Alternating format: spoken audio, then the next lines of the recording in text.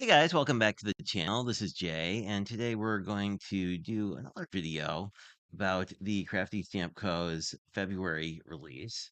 If you're seeing this video, the release is currently in pre-order, so feel free to pop over there if you are interested. Links are in the description box below.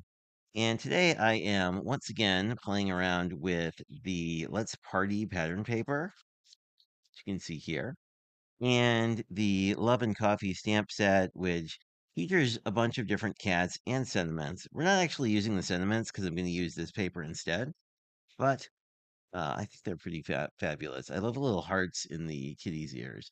Anyway, let me just show you a little bit about how this card goes together. This is a card that I've done on live a couple times, but I wanted a more concise video on how to actually make it.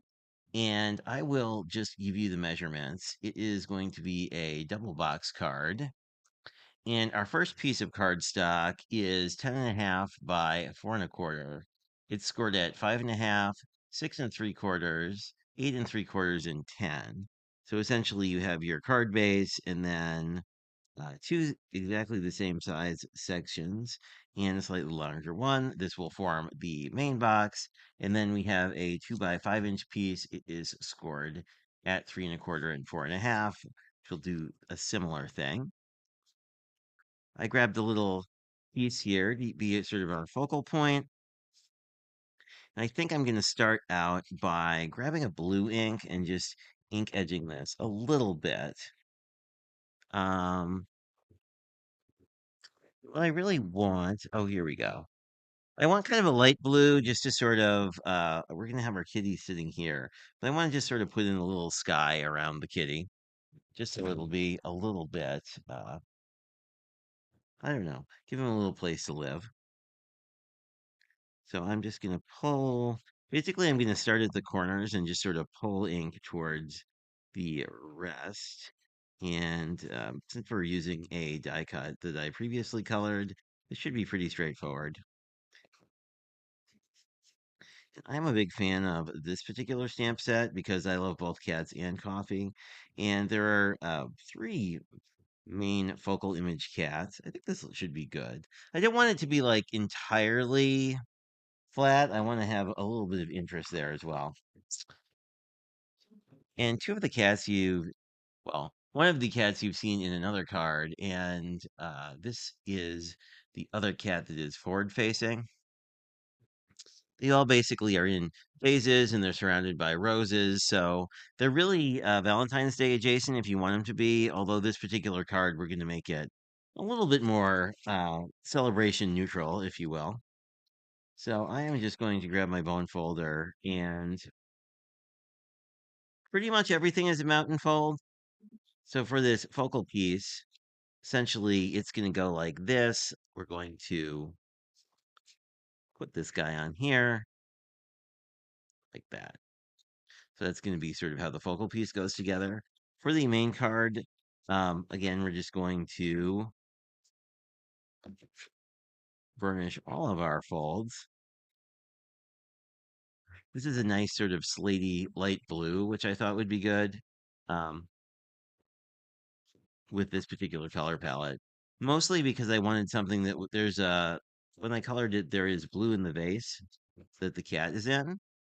And I thought it would be good to have something that was a blue, but the blue of the vase is going to pop a lot more. And the roses I also had kind of colored in sort of a light purple kind of color. I've often called it sort of a grungy purple.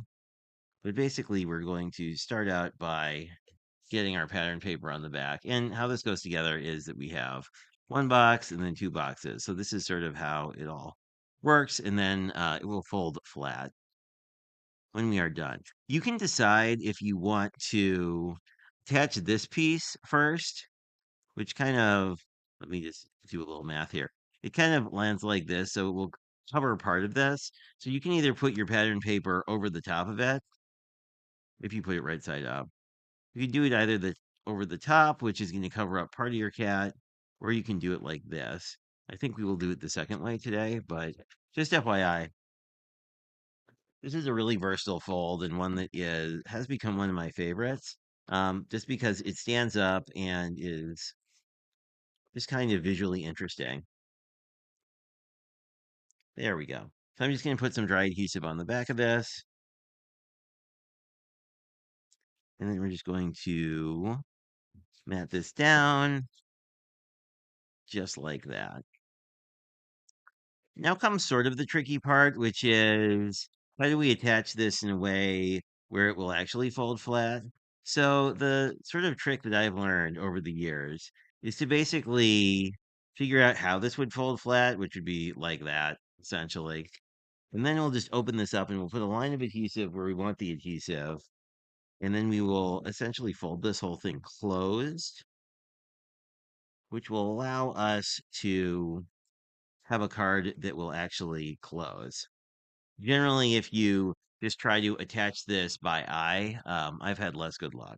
So here we go. So this is, and it stands up. And you could use a smaller mat here if you wanted to save on your pattern paper. I generally don't because you can actually see the pattern paper on the side when this is standing up, but it is up to you. Then we are going to do a very similar thing here. Going to close this piece and then apply tape. And basically, we don't want this piece to go beyond the top of the card because we want to be able to fold this for mailing. So we will just do that, which gets us to here. And then we can attach our pattern paper and then attach the rest of the card together. So these come together pretty fast. And because you use less than a cardstock's worth of pattern paper, they're pretty nice from a, like a paper utilization standpoint. And because of because part of this gets covered over, I want to make sure we really had a strong happy birthday at this side. So when this comes down, essentially, we still have our happy birthday.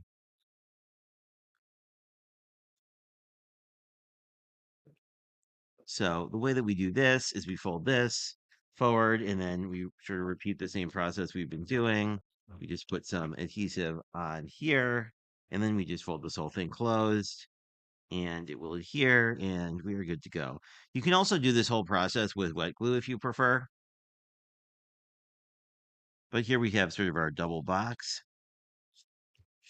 And then all we have to do is get our focal point and get our cat together. I really liked that with this particular release, there's both a Valentine's Day paper pad and this more generic celebration one. It's really nice because it gives you the flexibility to use these stamps in a bunch of different ways. So kudos to Crafty Stamp Co. for doing that.